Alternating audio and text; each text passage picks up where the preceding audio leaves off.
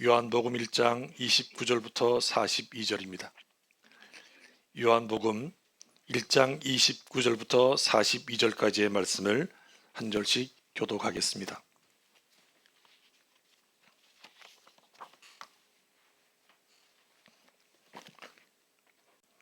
요한복음 1장 29절을 제가 먼저 읽겠습니다.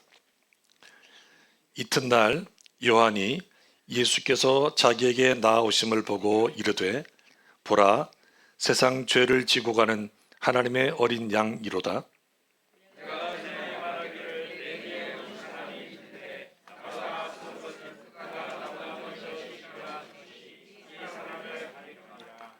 나도 그를 알지 못하였으나 내가 와서 물로 세례를 베푸는 것은 그를 이스라엘에 나타내려 함이라 하니라.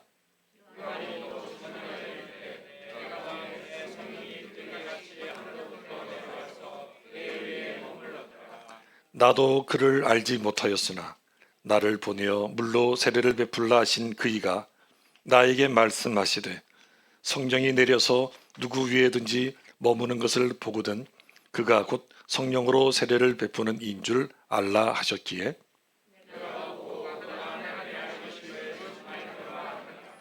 또 이튿날 요한이 자기 제자 중 두 사람과 함께 섰다가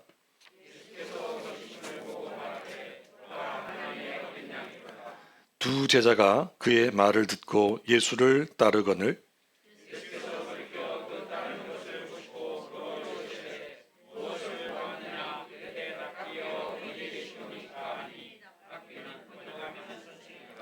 예수께서 이르시되 와서 보라. 그러므로 그들이 가서 계신 데를 보고 그날 함께 거하니 때가 10시쯤 되었더라.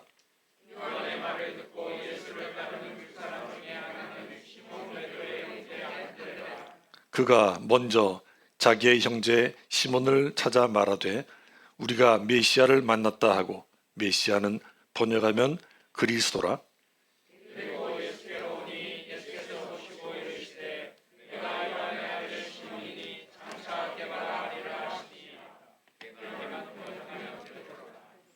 아멘. 오늘 본문은 세례 요한이 사람들에게 예수님이 누구신지를 소개하는 내용입니다. 세례 요한은 사람들에게 예수님을 이렇게 소개합니다. 29절에 보니까 보라 세상 죄를 지고 가는 하나님의 어린 양이다. 또 36절에서는 보라 하나님의 어린 양이다. 그런데 세례 요한이 왜 예수님을 사람들에게 소개합니까? 그것은 그의 사명이기 때문이었습니다. 요한복음 1장 6절 이하를 보면 성경은 이렇게 말씀합니다. 하나님께로부터 보내심을 받은 사람이 있으니 그의 이름은 요한이라. 그가 증언하러 왔으니 곧 빛에 대하여 증언하고 모든 사람이 자기로 말미암아 믿게 하려 함이라. 그는 이 빛이 아니요 이 빛에 대하여 증언하러 온 자라. 그러니까 세례 요한은 빛 되신 예수님을 사람들에게 알리기 위해서 증언하기 위해서 보내심을 받았다는 것입니다. 그리고 세례 요한은 이 자기 사명에 아주 충실했습니다. 당시 사람들은 세례 요한을 예사롭게 보지 않았습니다. 그래서 세례 요한에게 혹시 당신이 그리스도가 아니냐 이렇게 묻습니다. 세례 요한은 아니다고.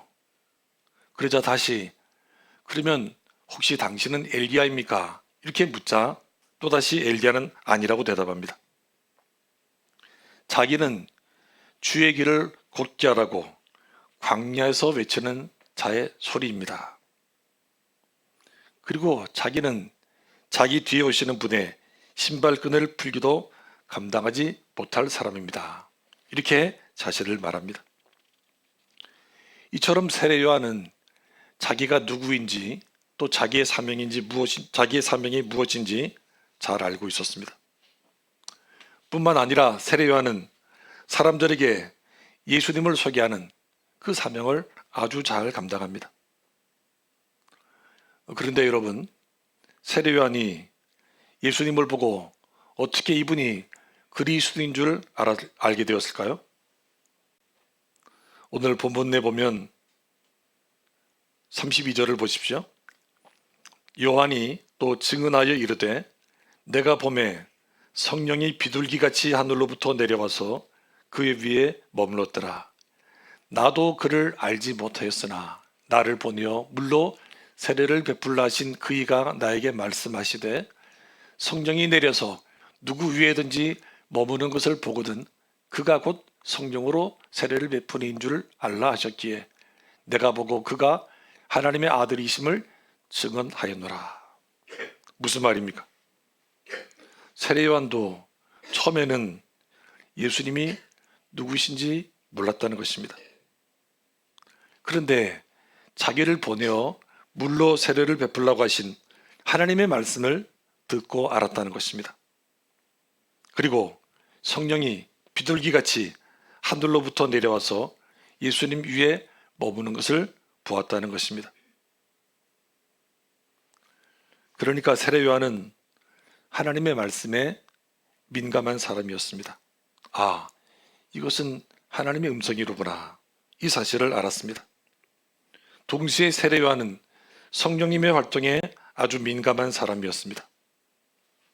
성령께서 지금 어떻게 움직이시는지, 어떤 역사를 하시는지 여기에 아주 집중했던 사람이었습니다. 그 결과 세례 요한은 사람들에게 예수님을 소개하는 자기의 사명을 잘 감당할 수 있었던 것입니다. 그런데 여러분, 사람들에게 예수님을 소개하는 것은 세례 요한만의 사명이 아닙니다. 이것은 우리의 사명이기도 합니다. 세례 요한이 자기의 사명을 어떻게 잘 감당했는지를 통해서 우리도 우리에게 맡기신 사명을 어떻게 하면 잘 감당할 수 있는지를 배워야 합니다. 세례 요한처럼 하나님의 말씀에 민감해야 합니다. 하나님의 말씀을 통해서 하나님의 뜻을 분별해야 합니다. 그리고 세례 요한처럼 성령님의 활동에 민감해야 합니다. 성령께서 지금 어떤 역사를 하고 계신지 성령님의 임재에 집중해야 합니다. 이렇게 할 때 세례 요한처럼 우리도 우리에게 주신 사명을 잘 감당할 수 있을 것입니다. 세례 요한이 이 사명을 얼마나 잘 감당했는지 오늘 본문을 보면 세례 요한의 말을 듣고 그의 제자 두 사람이 예수님을 따라갑니다. 그런데 세례 요한의 말을 듣고 예수님을 따라간 두 사람 중에 한 명은 시몬 베드로의 형제 안드레였습니다. 그리고 안드레는 자기의 형제 베드로를 찾아가서 자기가 메시아를 만났고 자기 형제 베드로를 데리고 예수님을 따르게 합니다. 그러니까 세례 요한은 자기의 제자인 안드레에게 예수님을 소개했고 또 안드레는 자기 형제 베드로에게 예수님을 소개했던 것입니다. 우리가 아는 것처럼 베드로는 그 후에 예수님의 제자를 대표하는 사람이 되었습니다. 세례 요한이 자기의 사명을 잘 감당했을 때 이런 일들이 일어났던 것입니다. 여러분, 우리도 우리에게 주신 사명을 잘 감당할 때 이런 일들이 일어나게 될 것입니다. 나를 통해서 어떤 사람이 예수님을 믿게 되고 그 사람을 통해서 또 다른 사람이 예수님을 알게 되는 역사가 일어나게 될 것입니다. 하나님의 말씀에 민감할 때, 성령님의 활동에 민감할 때 우리는 우리의 사명을 더욱 잘 감당할 수 있게 될 것입니다. 세례 요한이 사람들에게 예수님을 소개합니다. 세례 요한의 말을 들은 사람들이 다 예수님을 따라갔을까요? 그렇지는 않았을 것입니다. 많은 사람들이 세례 요한의 말을 들었지만 그 중에 어떤 사람들만, 소수의 사람들만 예수님을 따라갔습니다. 세례 요한의 제자가 몇 명인지 성경에는 기록되어 있지 않습니다. 그렇지만 오늘 본문을 보면 세례 요한의 제자 중 두 사람이 세례 요한의 말을 듣고 예수님을 따라갑니다. 여러분, 세례 요한의 제자든 제자가 아니지만 이 세례 요한의 말을 듣고 예수님을 따라갔던 사람은 누구나 새로운 인생을 살았을 것이고 복된 인생을 살았을 것입니다. 안드레가 그랬고 베드로가 그랬습니다. 저는 이와 같이 다른 사람을 새롭게 하고 다른 사람을 복되게 하는 일이 저와 여러분을 통해서 일어나게 되기를 축복합니다. 저와 여러분의 말을 듣고 예수님을 만나는 사람이 생기고 그래서 그분들의 인생이 새롭게 되고 행복하게 되는 일들이 일어나게 되기를 간절히 축복합니다. 지난해 12월 이 목사님들과 함께 행복전도학교 교육을 받았습니다. 이 더사랑교회 강동균 목사님께서 4주 동안 주목으로 진행을 하셨는데 아주 많은 은혜와 큰 도전을 받았습니다. 그 교재 표지에 이런 글이 적혀 있습니다. 행복하십니까? 당신은 행복을 누릴 권리가 있습니다. 이것이 전도 훈련 교재 표지 있는 글이었어요. 여러분 행복하십니까?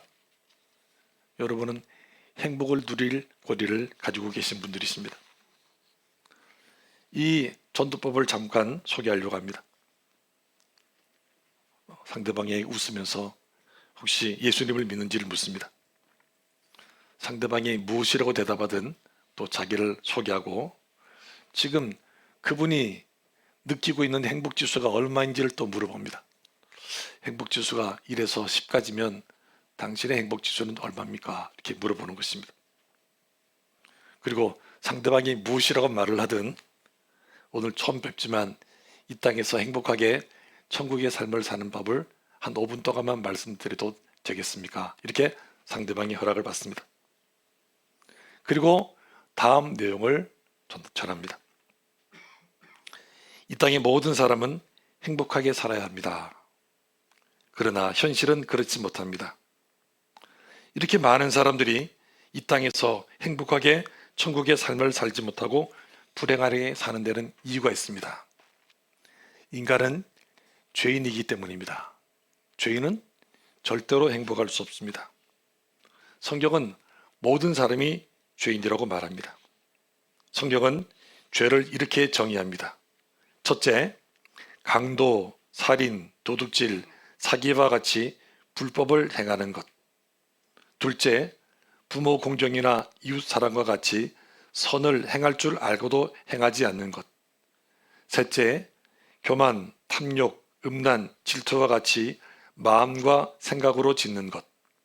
넷째, 거짓말, 거짓 증언, 이간, 비방과 같이 입술로 짓는 것도 죄라고 말합니다. 하지만 무엇보다도 자녀가 자기 부모를 부모로 인정하지 않는 것이 죄인 것처럼 사람이 하나님으로 인정하지 않는 것이 가장 큰 죄입니다. 그렇다면 이런 죄인이 어떻게 하면 행복하게 천국의 삶을 살 수 있을까요? 천국의 삶은 하나님의 선물입니다. 천국의 삶은 돈이나 선행이나 종교 생활로 얻는 것이 아닙니다. 사람들은 자기 노력이나 힘으로 행복하게 천국의 삶을 살 수 있다고 생각하여 열심히 돈을 벌고 승진도 하고 명예를 얻고 권력을 얻으려고 하지만 죄인인 인간은 스스로 천국의 삶을 얻을 수 없습니다. 오직 예수님만 천국의 삶을 선물로 주실 수 있습니다.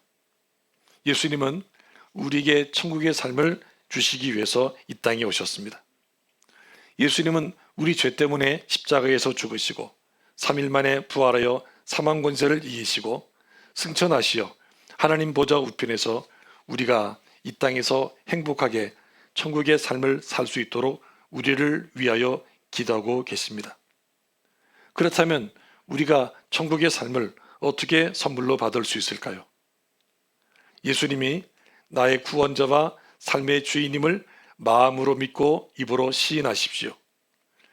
예수님을 마음으로 믿고 입으로 시인하면 우리의 모든 죄가 사해지고 우리는 영생을 얻어 이 땅에서 천국의 삶을 살 수 있습니다. 그렇다면 예수님을 믿고 영생을 얻어 이 땅에서 천국의 삶을 살면서 지켜야 할 가장 중요한 것은 무엇일까요? 우리는 용서하고 사랑하며 살아야 합니다. 우리는 주 안에서 항상 기뻐하고 감사하며 살아야 합니다. 미워하고 불평하며 살아가는 자는 지옥을 사는 사람이고, 용서하고 사랑하며 기쁨과 감사로 살아가는 자는 천국을 사는 사람입니다. 선생님은 예수를 믿음으로 이제부터는 용서하고 사랑하며 기쁨과 감사의 삶을 살기를 원하십니까? 그렇다면 아래 기도문을 읽으며 하나님께 기도하십시오. 저를 한마디씩 따라 해보시겠습니다. 용서와 사랑의 하나님, 저는 죄인입니다. 저의 죄를 회개하오니 용서해 주십시오. 예수님께서 저의 죄 때문에 십자가에 못 박혀 죽으신 것을 믿습니다. 지금 이 시간 제 마음의 문을 엽니다. 예수님이 제 마음에 들어오셔서 저의 구원자와 제 삶의 주인이 되어 주십시오. 이제부터는 이 땅에서 용서하고 사랑하며 기뻐하고 감사하며 천국의 삶을 살게 하시고 이 세상을 떠나 천국에서 하나님을 만날 때까지 저의 삶을 인도해 주십시오. 예수님의 이름으로 기도합니다. 아멘. 그러면서 짧게 5가지 믿음을 통해서 얻게 되는 선물을 소개합니다. 하나님은 예수님을 구원자로 고백한 선생님에게 몇 가지 놀라운 선물을 주셨습니다. 첫째, 하나님은 예수를 믿은 선생님에게 죄 사함을 선물로 주셨습니다. 둘째, 하나님은 예수님을 믿어 죄 사함을 받은 선생님에게 영생을 선물로 주셨습니다. 셋째, 하나님은 예수님을 믿어 영생을 얻은 선생님에게 하나님의 자녀가 되는 선물을 주셨습니다. 넷째, 하나님은 예수님을 믿어 하나님의 자녀가 된 선생님에게 기도의 특권을 선물로 주셨습니다. 다섯째, 하나님은 예수님을 믿어 죄의 사함을 받아 영생을 얻고 하나님의 자녀가 되어 기도의 특권을 받은 선생님에게 교회를 선물로 주셨습니다. 조금 길었지만 이런 내용입니다. 여러분, 세례 요한의 말을 듣고 예수님을 믿고 예수님을 따랐던 사람들이 있었습니다. 이들은 세례 요한에게 두고 감사했을 것입니다. 당신 때문에 내가 예수님을 믿고 당신 때문에 내가 예수님을 따를 수 있었습니다. 아마 영원토록 감사할 것입니다. 여러분, 우리의 말을 듣고 우리 때문에 예수님을 만나고 예수님을 믿고 예수를 따르는 사람들이 있다면 이분들도 우리에게 두고 감사할 것입니다. 내가 당신 때문에 예수님을 만났고 내가 당신 때문에 예수님을 믿고 그분을 따를 수 있어서 정말 감사합니다. 이분들이 영원토록 우리에게 감사할 것입니다. 성경은 말씀합니다. 지혜 있는 자는 궁창의 빛과 같이 빛날 것이요 많은 사람을 옳은 대로 돌아오게 한 자는 별과 같이 영원토록 빛나리라. 이 말씀대로 많은 사람들을 예수님께로 돌아오게 해서 별과 같이 영원토록 빛나는 저와 여러분이 되시기를 축복합니다. 우리를 통해서 그 어느 해보다 많은 분들이 예수님을 만나고 예수님을 따르는 복된 역사가 2023년 새해 우리 모두에게 있기를 축복합니다. 기도하겠습니다. 하나님,